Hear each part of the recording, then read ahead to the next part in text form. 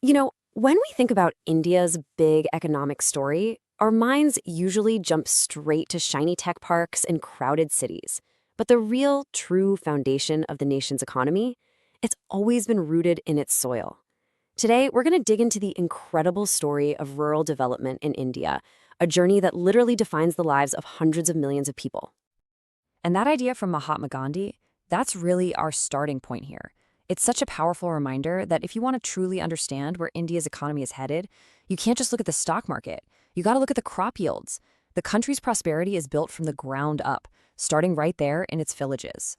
So, to get our heads around this huge picture, we're going to do something fun. We're going to zoom all the way in on a single representative village.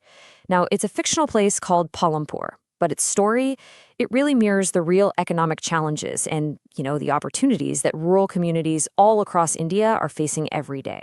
All right, so welcome to Palampur. By taking a close look at this one village, we can start to unpack the core economic activities that really define rural India. So, Palampur, it's actually a pretty developed village. We're talking about 450 families, good roads, electricity, even a couple of schools. And for about 3/4 of the people there, life revolves around farming. But here's the catch. The central challenge they all share. The amount of land they have to farm is totally fixed. It hasn't gotten any bigger since 1960. So that's the million-dollar question, right? For Palampur and really for all of rural India. When your most important resource is finite, how in the world do you grow? How do you squeeze more productivity out of it to feed more people and hopefully make more money? Well, the first answer is a really clever traditional one. It's called multiple cropping. See, thanks to a good irrigation system, farmers in Palampur don't just get one harvest a year. No way. They grow different crops one after another on the very same piece of land, like jowar and bajra during the rainy season, then maybe some potatoes, and then wheat in the winter. Basically, it's about making every single square meter of that fixed land work overtime. But, these traditional methods could only get them so far. For a real leap forward, for a genuine breakthrough, rural India needed nothing short of a technological revolution.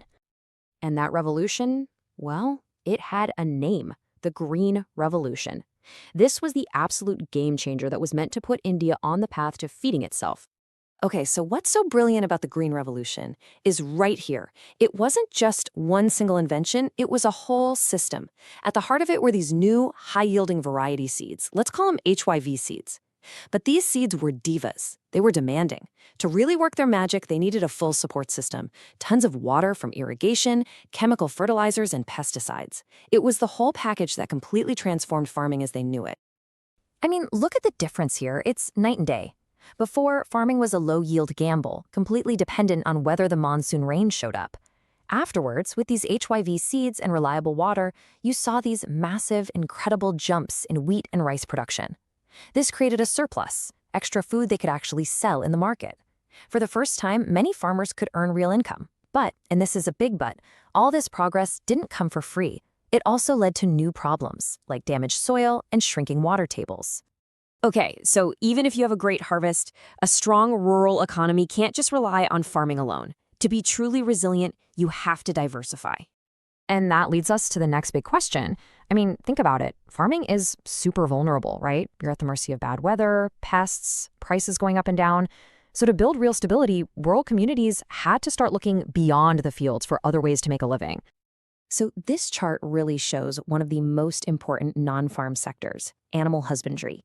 For more than 70 million small farmers, livestock isn't just a side gig. It's like a living insurance policy.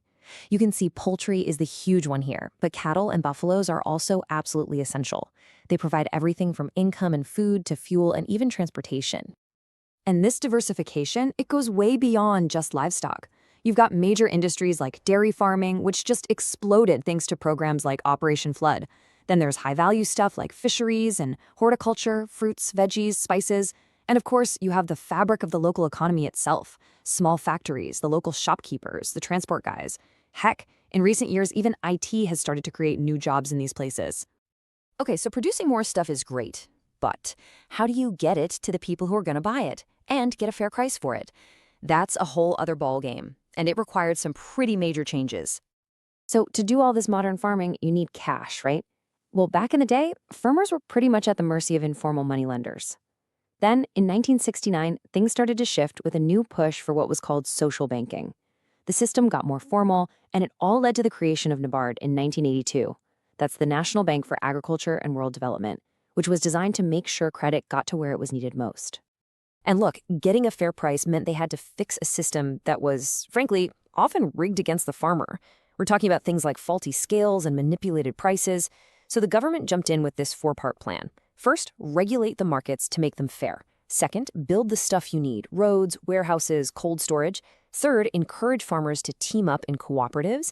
And fourth, create a price safety net with policies like the minimum support price. All right, let's zoom out for a second. All of these efforts happening in thousands and thousands of villages just like Palampur, they all add up to a huge national mission, making sure that every single person in the country has enough food to eat. So what is food security? It's not just about having a ton of food in the country. This definition is really important.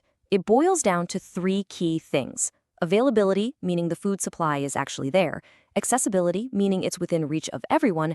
And affordability, meaning people have the money to actually buy it. All three have to be in place.